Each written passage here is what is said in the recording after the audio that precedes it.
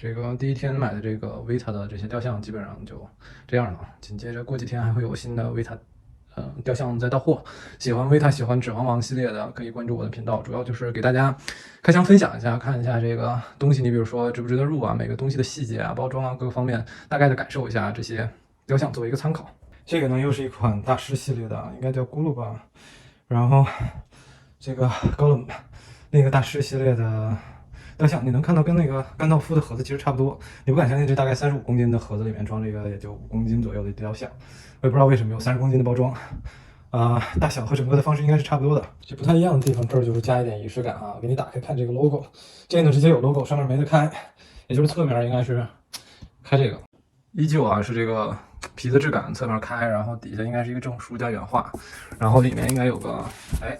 比黑袋子想的更那个什么点，这个不是袋子加抽屉对吧？包装的仪式感还是挺足的，589体。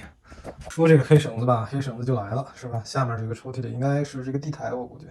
先说这个地台吧，当初吸引我的还真就是这个地台。能看到这个水啊，其实也不难，就基本上是透明的这种胶质。我看过有些视频把它直接涂装进来，对吧？然后能看到有鱼的这个悬浮啊，我觉得可能不懂行就觉得比较被吸引的地方就是这种胶质灌注的时候这个层次感。然后能看见这个当初那个场景里面，对吧？Frodo 跟这个 Gollum 之间躲和藏，然后他把这个戒指丢了，那戒指就在这儿呢。就是有很多小的这个细节在这个里面，这个水啊，写实度非常高。然后再翻回到这个山上，这个石头缝呢，细节特别足，因为我也见过很多地台的这个石头，有到他们这么细的这个程度，我觉得还是我目前见到的头一个。然后这些小木头啊，然后整个的氛围感啊，跟电影当时那个阴暗的感觉非常的一致。你要是头一次拿这个第二盒呢，别觉得里边是空的，就是轻的离谱，就感觉没东西。然后呢，也是这种灰的，咱也不知道啊，这灰的除了逼格高一点以外，是不是贵还是怎么着？就看着还好一点吧，不知道保护性怎么样。就是这种也是一个灰的塑料泡沫，开开来呢，就这么个人物是吧？给加了点，这是保护的东西还是？这不能播呀，在这儿遮挡物啊，可以拆掉。还送一笔，就冲这个送的笔，还送了我一个跟现在这一样手套，这1万多就花的值了，因为这2样东西差不多就值回票价了。那这个雕像就是送的，我就喜欢这种简单拼装的这雕像哈，总共就俩东西，一地台，小人一插就完了。不过不得不说，这个面雕啊，这个眼睛真的是特别的棒，从侧面能够看到应该是玻璃的眼珠，非常的还原啊。然后呢，直发，本来头发就少，就比较容易直，对吧？涂装细节啊，非常的强。这个身上的这种皮肤的纹理啊，这个手的特写，能够看到这个整个这个年龄感啊，血管，这个青筋颜色啊，然后这种年龄感带来的这个皮肤的褶皱，每个这个脏的这种感觉哈，在皮肤的涂层上有脏的这个东西，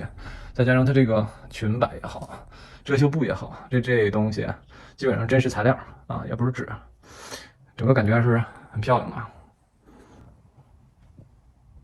整个的这个体态啊，刻画还是非常强的。他们家还是选这些雕刻的这个艺术家们，功底还是非常深厚的。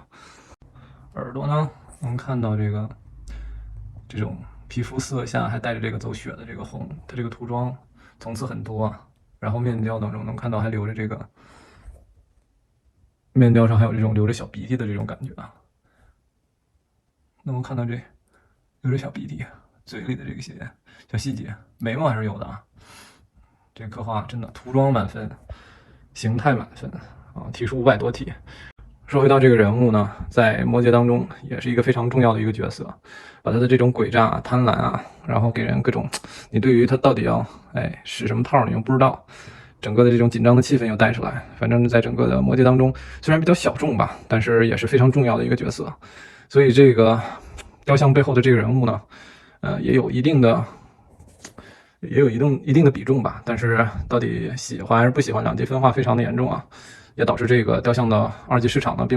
价格并没有那么高。所以我觉得，对于这种的涂装，对于这样的 IP 和体术啊，收藏起来还真的是值得去体验一下它这种大师级的涂装啊，对人物的描写呀、还有对于这种整个体态的把握啊，我觉得这是一款非常好去感受这些艺术家功底的一款雕像吧。